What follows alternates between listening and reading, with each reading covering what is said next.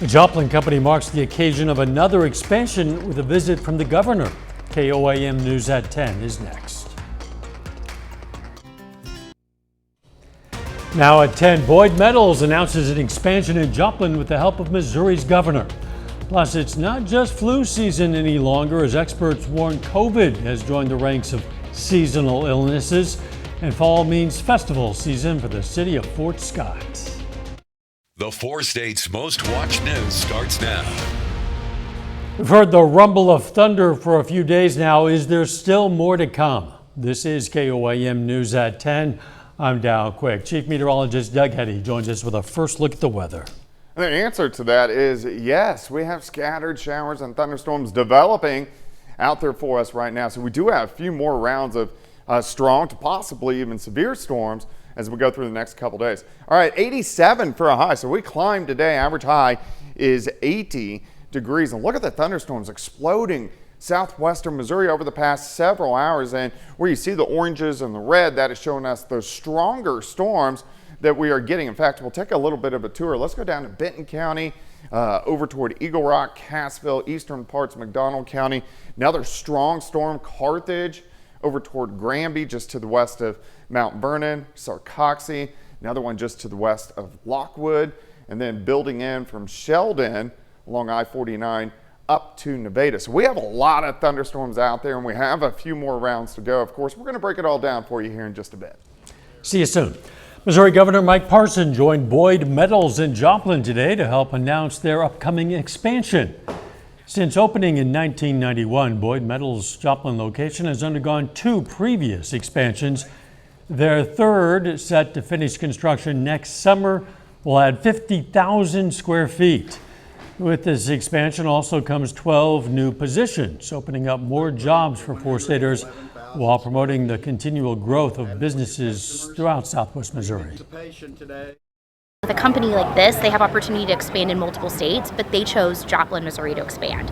So one reason why we want to continue to encourage the company, how we can help them be successful here and then continue to grow and stay in Missouri. Boyd Metals invited government officials and employees to sign a beam used in construction to commemorate that event. Today marks day 7 of the United Auto Workers strike, and the impact can be felt all across our nation.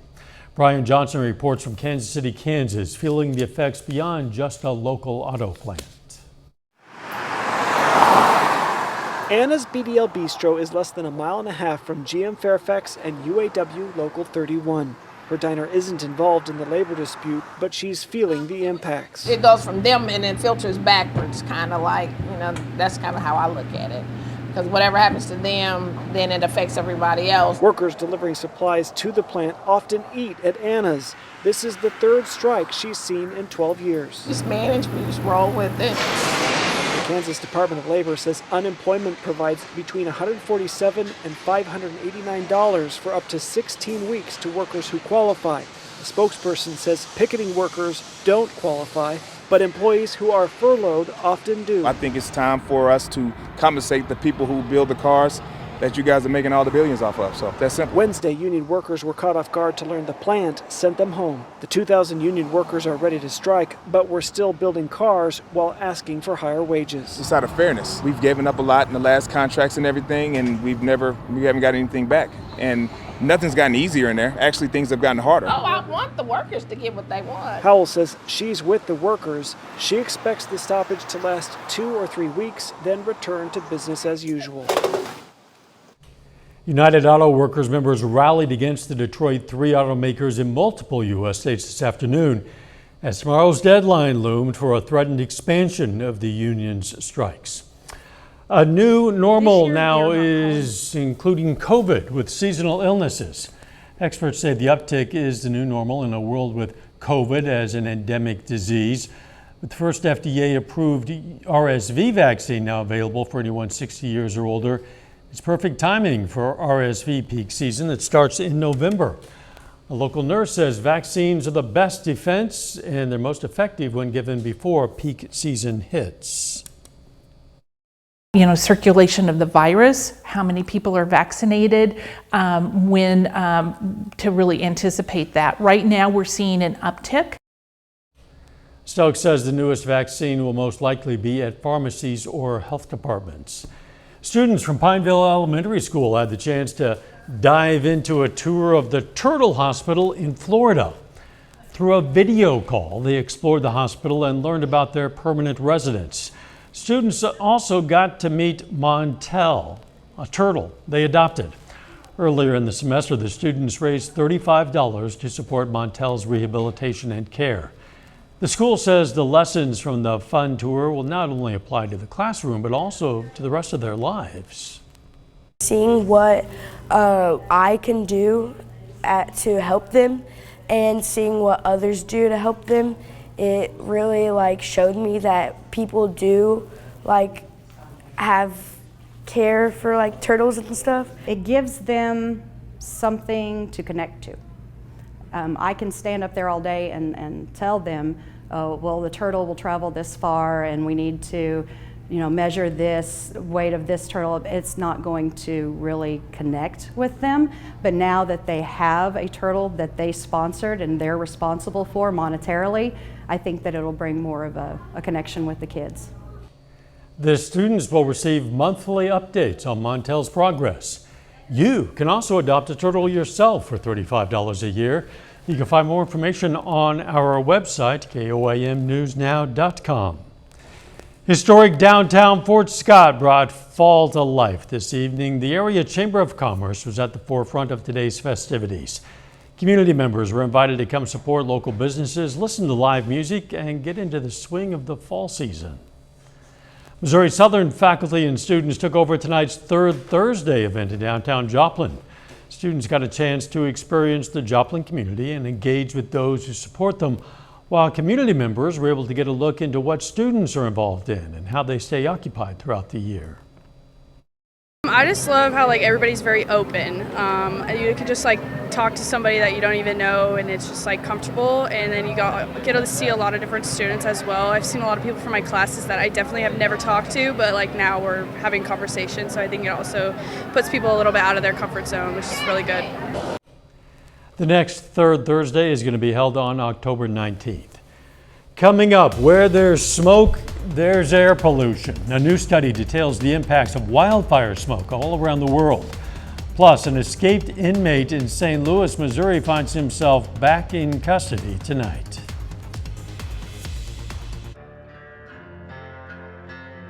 Let's go places. Tonight, there's a report that this man, Tommy Wayne Boyd, is back in custody after he walked out of a hospital this morning. St. Louis County Police posted on X this evening, Boyd was located and taken into custody without incident. He was receiving medical treatment at Mercy Hospital South when he walked out of the hospital, according to the St. Louis County Police Department. Boyd, an inmate from Potosi Correctional Facility, is serving a 30-year sentence for enticement of a child, according to online inmate records. Authorities say 2 adults were killed and multiple children injured when a bus carrying high school students to a Pennsylvania band camp plunged off the road in Orange County, New York. Reporter Michael George has the latest. The deadly crash happened when a charter bus carrying high school students to band camp ran off a New York State highway and down an embankment. Officials say 2 women were killed in the tragic accident Thursday afternoon. Imagine the fear, the screams, in the aftermath when these high school students, many of them freshmen, were surrounded by this chaos. First responders rushed to the scene on Interstate 84, about an hour and a half northwest of New York City. And they got to the site of the accident.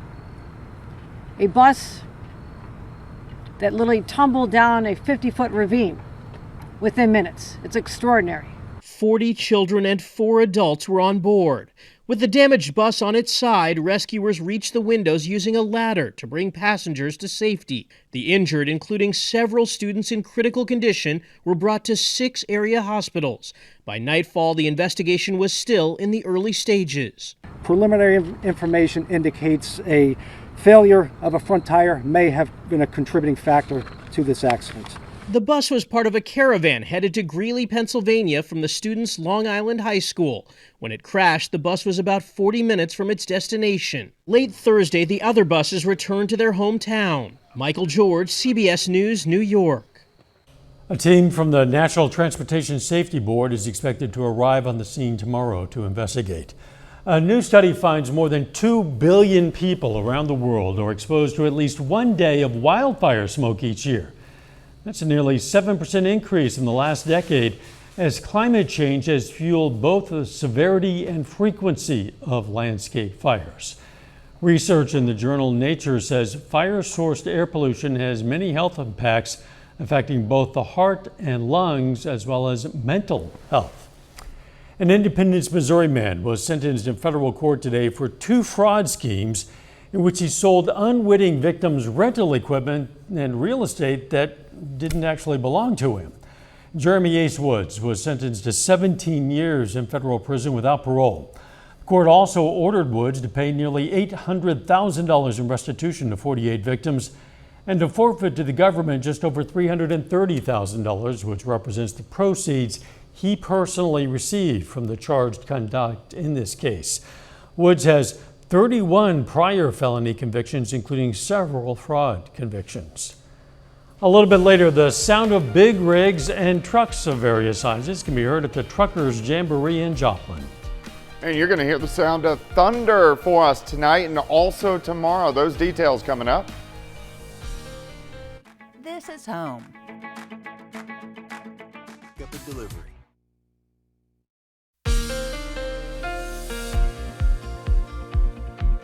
Well, it turned out to be a hot one for us today. We warmed into the mid to upper 80s to near 90 across the region as we had a few hit and miss little storms. Most of you ended up staying dry today, but thunderstorms are going to increase for us tonight into tomorrow. Looks pretty quiet. Indigo Sky Casino and Resort, but look at the storms blossoming across southwestern Missouri all the way down through northwestern Arkansas. Now the Kansas and the Oklahoma side not seeing too much, but look at these storms. I mean, these are strong storms. So Bentonville, Rogers, Beaver Lake, up toward Cassville, Eagle Rock, and then Roaring River, showers and thunderstorms. We go a little bit farther toward the north. So here's I-49 Carthage, so thunderstorm Sarcoxy over toward Mount Vernon, up toward Jasper, Lamar, Lockwood. Let's lift north. Thunderstorms from Sheldon, Nevada, very strong storm, El Dorado Springs, up I-49 to Rich Hill. So we got quite a few, and even a little pocket back in Bourbon County, just north of Fort Scott. But we are watching this batch building out across south central Nebraska, north central parts of Kansas, as that's the one that will affect us late tonight into the morning hours. So these guys now continue to push east. A few more are going to pop up Kansas, Oklahoma after midnight. Those will push east. Then a little bit of a lull late tonight, and then thunderstorms start to increase again. So this is about 8 a.m. So thunderstorms on the Kansas, the Oklahoma side, but really increase. We get a big band that drops in. Here's 10:30 in the morning, kind of sliding through, gets through the metro by 1, 2 o'clock, and then we'll start to dry out after that point in time. All right, temperatures right now still fairly warm. We're sitting mainly into the mid to upper 70s. Let's go outside. 7th range line sitting at 78, southerly winds at about 5 to 10.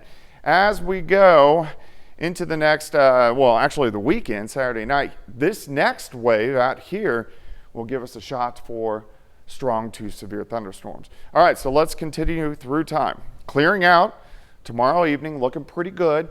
As we go into Saturday morning, we do get some clouds. We may get a random storm. But most of Saturday looks pretty good. But once we get to Saturday evening, showers and thunderstorms in our western counties will start to blow up and then push south and east. Now, some of these could be strong, possibly severe, so we need to watch that as we go through the next few days. All right, rainfall, of course, we got to see where the heavier band set up. So this model projection is just to give you an idea of what we could get by the time we get into Sunday. But a lot of areas, 1, 2, 3 inches, which would be nice. Morning thunderstorms, a little bit of sunshine late. If you're heading to high school football games tomorrow, it's going to be dry. Temperatures are going to be dropping back through the 70s as we go through tomorrow evening. 80 tomorrow on alert day Saturday due to that severe threat, mainly Saturday night. 80 on Sunday. Monday, we start to dry out a little bit for several days, and then some thunderstorm chances back in by next weekend. Well, that'll be welcome, I guess, by next weekend. Not bad. Thanks, Doug. Hey, if you love big trucks, Joplin is definitely the place to be this weekend. The Truckers Jamboree rolled into town today. The event features hundreds of show trucks, truck and tractor pulls, a demolition derby, food trucks, a whole lot more. For one truck presenter, the event marks a celebration of the working man and woman.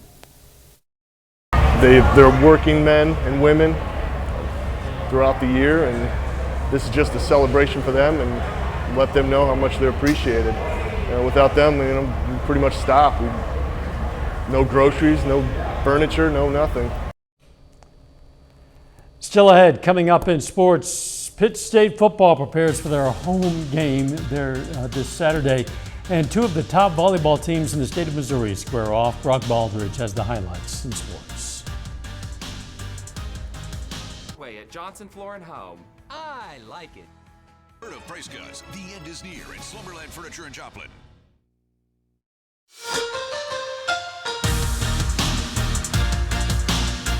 The Pittsburgh State Gorillas are coming off of a remarkable one-point win last Saturday at Central Missouri.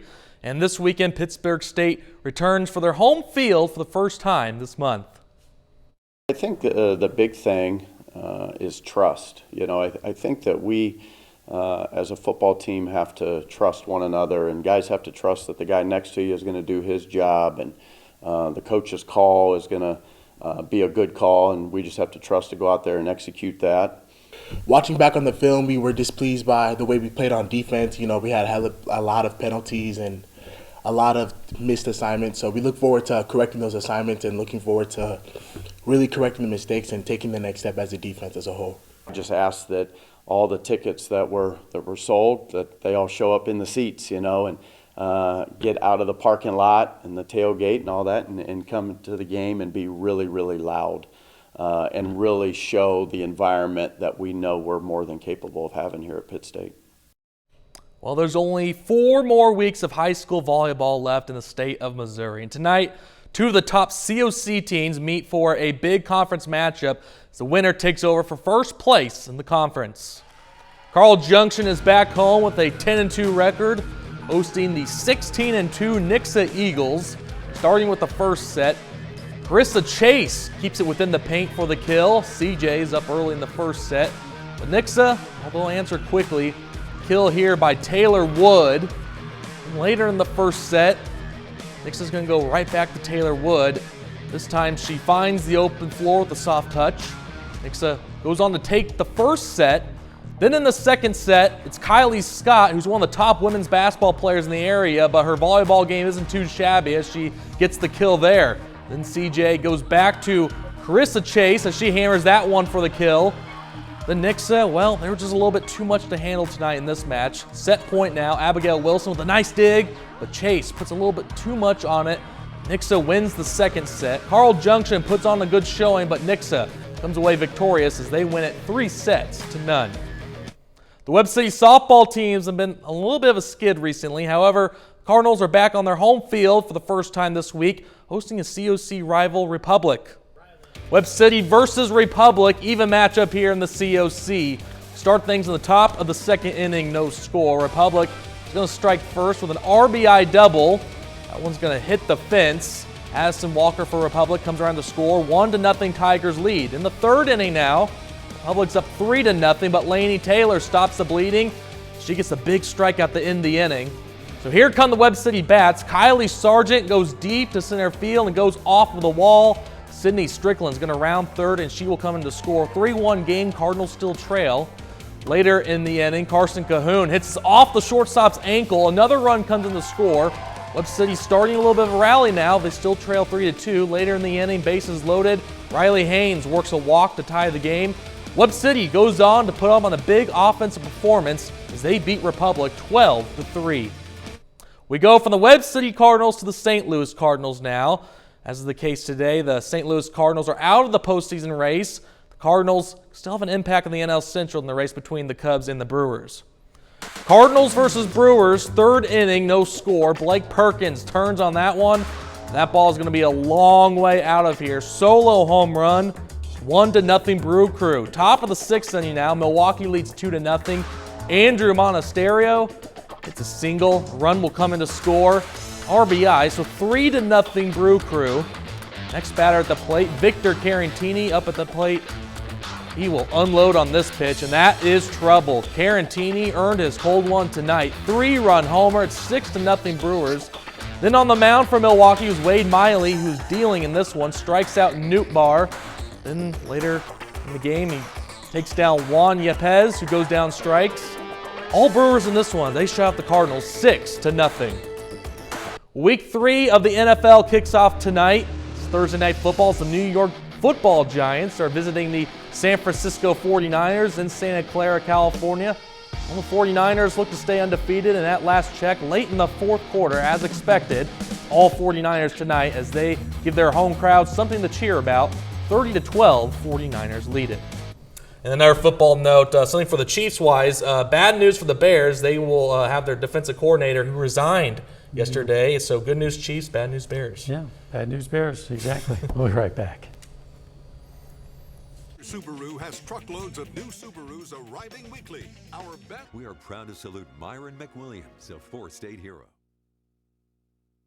A lot of us got a pretty good amount of rain this week, and it looks like more is ahead. Yeah, more scattered thunderstorms for us tonight, and then some more are going to pop up tomorrow morning into the early afternoon, and then those will start to dissipate, and the late afternoon looks pretty good. Alert day Saturday for a severe threat, mainly Saturday night.